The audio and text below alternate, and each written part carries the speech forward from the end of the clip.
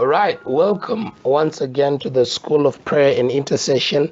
We are now looking closely at the dimensions of power using the descriptive words that Paul uses in Ephesians chapter 1 from the 19th verse to describe the power of God. Now, he uses the word exceeding, and the word exceeding in the Greek language, it is the word huperbalo.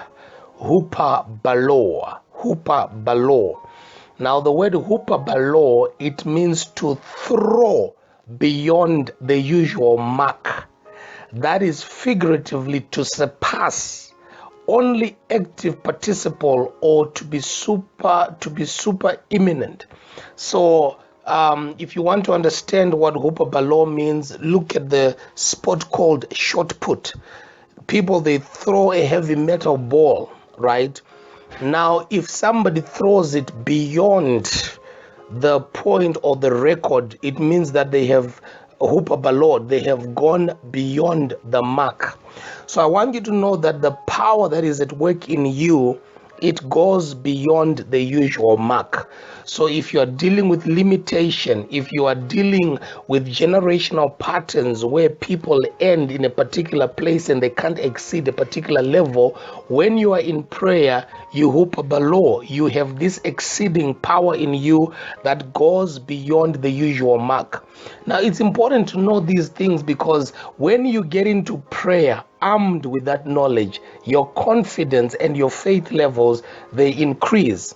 He also uses the word greatness. He also uses the word greatness. The word greatness comes from the Greek word megathos.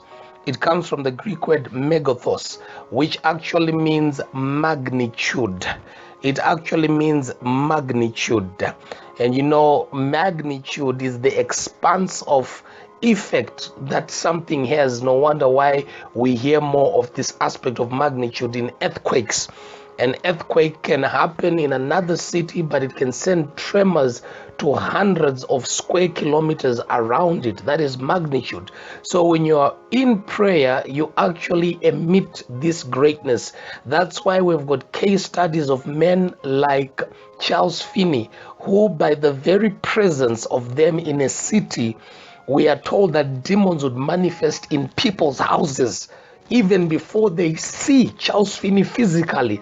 But just because he has entered a neighborhood, there would be a shift in atmosphere. And I have met one or two individuals in my life that move in this dimension of greatness. They are very rare, but most of those people, they are men of much prayer and very few words. And one such man that I encountered is the great apostle Ezekiel Guti.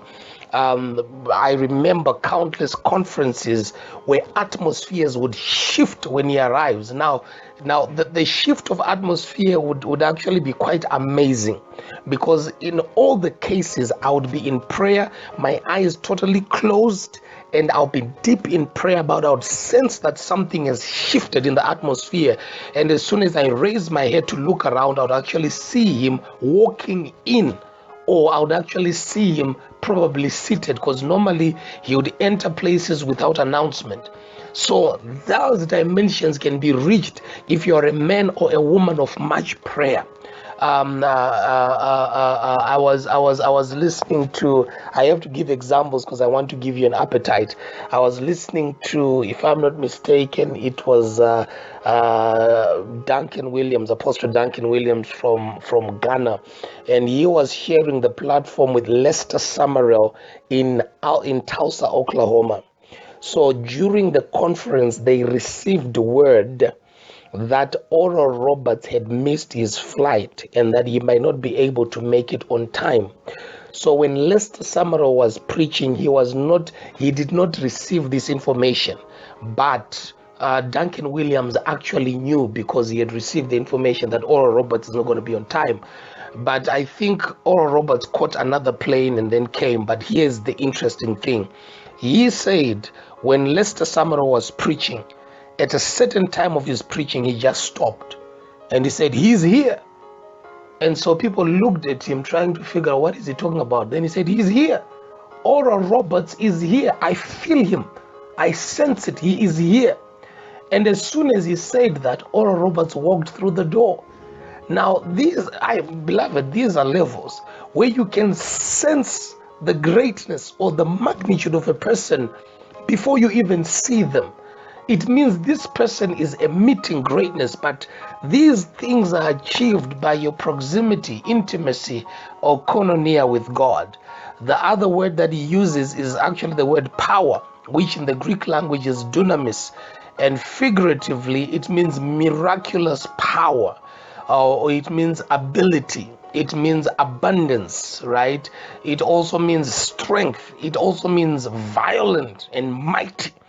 It also means violent and mighty. So when a child of God is actually in prayer, you produce this thing. Remember the story of the 4 lepers. They are walking. The enemy hears the sound of an army of chariots, of horses, and then these were just 4 guys who were walking. It's the same thing. When you're in power, you can produce violent. When you're in prayer, you can produce violent power that it causes total dismantling and chaos in the enemy's camp.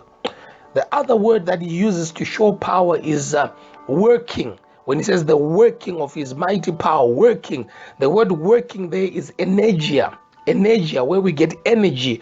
It means efficiency. It also means operation, and it also means strong.